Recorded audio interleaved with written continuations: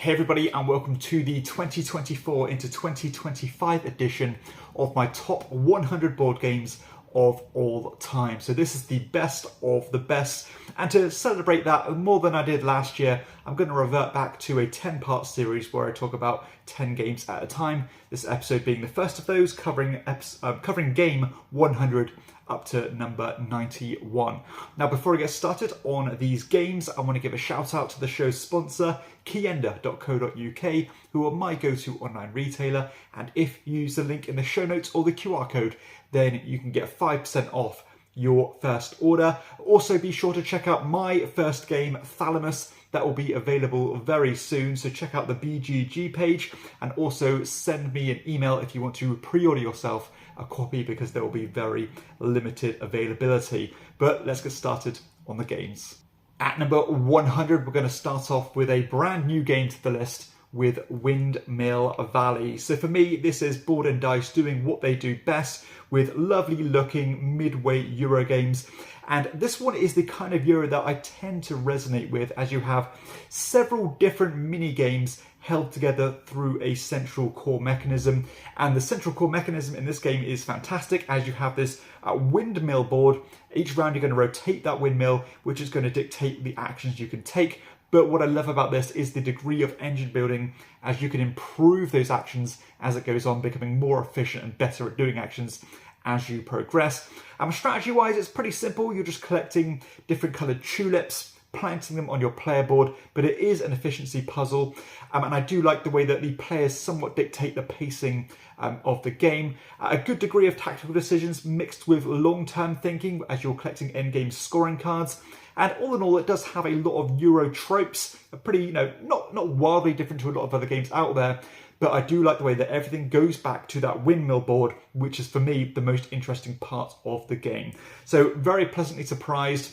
I suppose the biggest test of this one going forward is that, yes, I've played it a lot and I've enjoyed it a lot, but is it going to hold up to repeater plays where I'm going to reach to this one over all the other classic Euros in my collection? That is still yet to be seen, and we'll find out next year for sure. So that is Windmill Valley at number 100.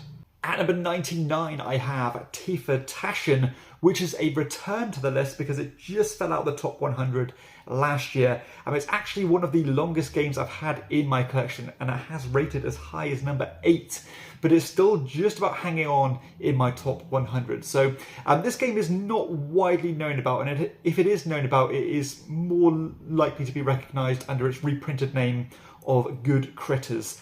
Now, this is a negotiation style game where you're trying to get as much money as you can.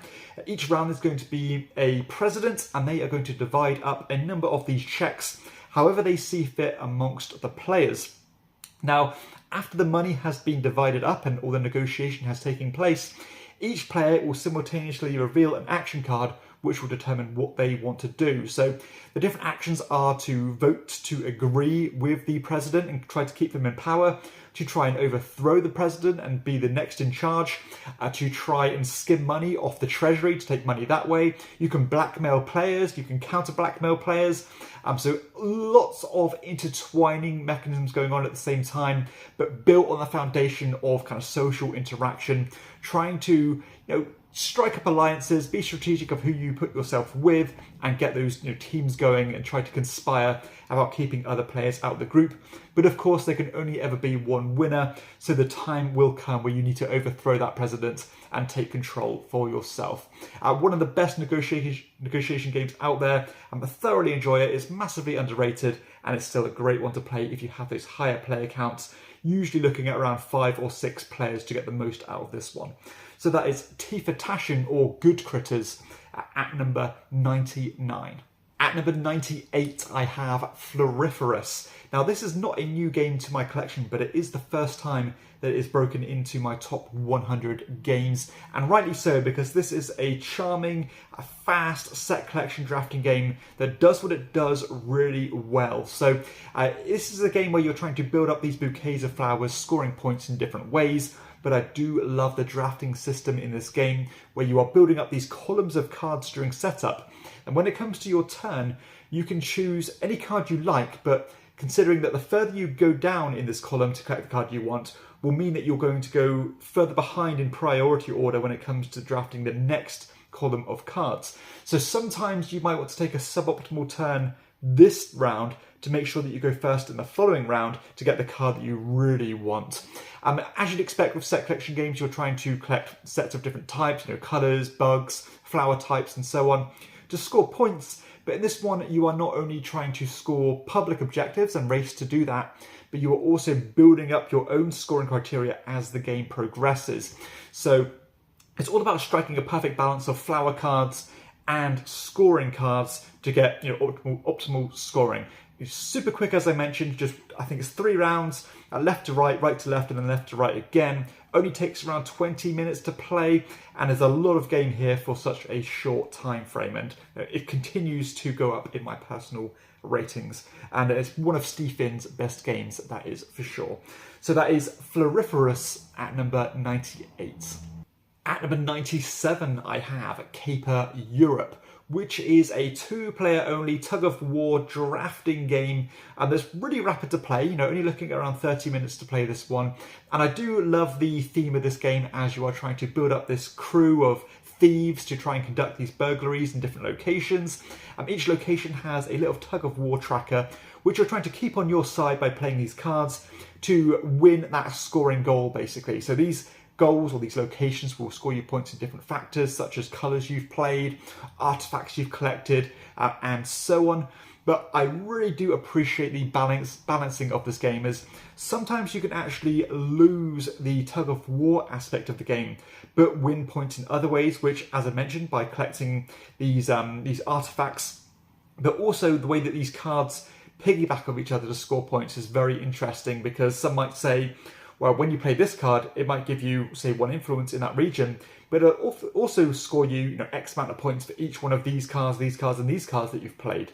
So I really do like the way that this game is balanced in terms of how many different ways you can approach it, spinning those plates, managing your money, because this game is very tight in terms of the finances and the money pool, and even if you start gaining money, you can end up taking it off your opponent because there is a very fixed amount in the game. It's a closed economy style game, and I wasn't quite sure what to expect going into this one, because although it looked lovely, I've had a bit of a rocky track record when it comes to tug-of-war games, but this one is amongst the best of the best. It's so punchy, it's charming, it's fast. Again, I love the different approaches you can take, and it just does everything you want for a 2-player game, and the production does not hurt either. So that is Caper Europe at number 97. At number 96, I have Stella. Now, this is a card game that's been on my top 100 for quite some time now. It normally is around this bracket, but this, funnily enough, is the highest that is ever placed. Now, this is another 2-player only drafting game where you are trying to build up this big constellation of these kind of, cosmic things or cosmic bodies that you're trying to put on your little tableau, but you're also trying to score cards in your notebook by creating these runs of cards. And the trick of this game is to try and create these runs, but improve your multipliers by building the matching planets, or the comets, or the black holes on your tableau. So the drafting system in this game is very interesting, as when you're taking a card, you are going to choose to play it again in your telescope or in your notebook. But whenever you play that card, the number is going to determine the other card that you can draft and play it in the opposite area. So it does have this kind of dual layer drafting system where your first decision is going to massively impact your second decision. It's a very restrictive puzzle, and because the room in your telescope is going to quickly run out, and you need to abide by the restrictions of placing similar cards next to like cards. So I love the multi-dimensions here. Again, the notebook, building the runs of cards, the managing your space on your telescope, but there's an elevated degree of strategy where you'll want to have the higher valued cards in your telescope to control those areas, because whoever has the highest value between you and your opponent in each of these areas will score additional points. So again, multifaceted game, lots going on. It can be a bit of a brain burner, and the drafting system is a little bit kind of obtuse at times, but once you've got your head around it, I think this game does a great job of differentiating itself from all the other card drafting games out there, and it's a great blend of mechanisms that I enjoy thoroughly. So that is Stella at number 96. At number 95, I have a sister game of Stella called Astral. So the same design team and a similar feeling game, hence why they're so similar or so closely placed on my top 100. This is another set collection game, but maybe more in a traditional sense, and this one is not restricted to only 2 players. In this one, you have a hand of cards, and you're going to be playing those cards into a communal row on the matching numbers. So if I played a 4 card, it would go on the number 4 cloud. But the twist on this game is that when you place that card, you can take any bunch of cards to the left of it, as in from those clouds to the left of it, into your hands to play in the future, or you can take any stack of cards to the right of it into your scoring tableau. And it really is a balancing act of when to cash these cards in to score them, but making sure that you have enough cards in your hand to keep going forward. So sometimes you have to sacrifice the scoring in order to get yourself out of a bit of a tight corner by not having versatility into your hand. Set collection wise, it's a very simple game where you're trying to collect runs of cards. The more different types of cards you get, the better. But I do like the way that you can score multiple sets, but you are restricted to placing them in the same order as before. And each kind of set you collect will have to be put in that fixed order, or they won't score at all. On top of that, you are going to get rewarded by your most numerous or most numerously populated columns and score points based on how far along the run they are. So again, you can approach this one in different ways. Do you want to really keep on collecting those same cards, providing they are really far along on your set collection track and score loads of points that way, or do you want to keep on creating fresh runs and score points that way instead? Lovely game. I need to play this one more actually. That is Astral at number 95. At number 94, I have Wits and Wagers. So this might be the only party game on the list, but it's one that has been on the top 100 before, placing at number 86 last year. But this one is a trivia style game, but all the questions are number based, and the chances of you knowing the answers to these questions is quite unlikely. So they are normally in that guesstimation style of question. For example, how tall in meters is the Empire State Building? That kind of thing. And what you're doing is you're going to write your answer on a dry erase board. You're going to reveal those answers at the same time as all your opponents.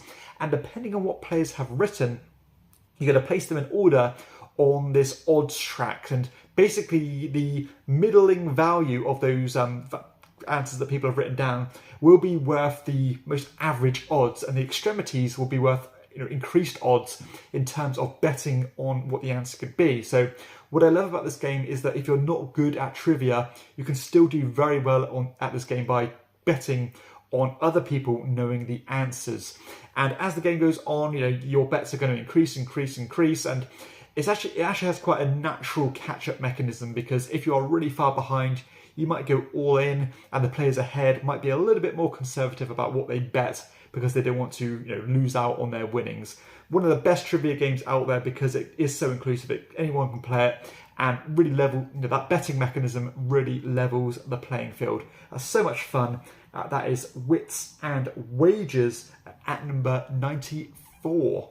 At number 93, I have Castle Combo, another brand new game to the list. In this game, you are drafting cards to build a 3x3 grid. Each of these cards are going to score in different ways. And for example, some might score based on different shields that are on these cards in the same rows, columns, and the different types of cards that they are, the positioning on the grid, and so on. And it's all about trying to optimally place these cards to score as many points as they can, and hopefully they can piggyback off each other to amplify their points. The little twist on the drafting system is interesting, as you have 2 types of cards. You've got your villagers and your noblemen, and basically you can only draft one from one row without spending these keys. And keys are very useful because they're points at the end of the game, but they also give you that flexibility to switch between drafting the castle cards or the noble cards, or those villagers. A very tight game in terms of managing your finances, because your money very quickly dries up if you just keep on buying the best cards. and you're going to have to sacrifice some turns to put these cards face down just to get some money, and you only get 9 turns, so every single card is paramount.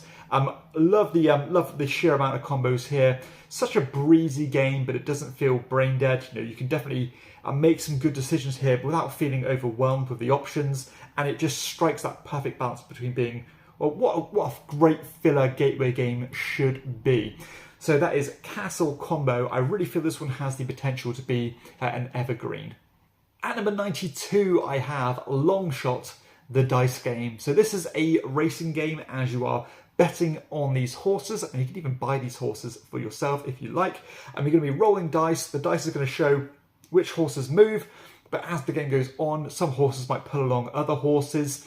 And you're also ticking things off on your little player sheet to give horses boosts, to knock them back in the race, to get to purchase horses, where if you get a podium finish, you'll get a big chunk of change that way. Lots of different little mitigation tools you can use and little tricks you can play.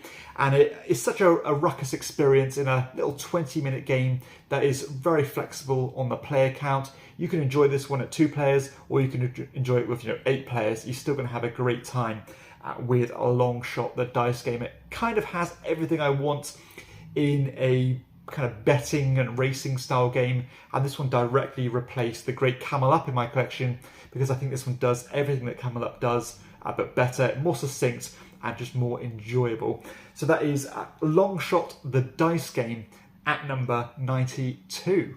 And the final game this video, at number 91, I have Parade.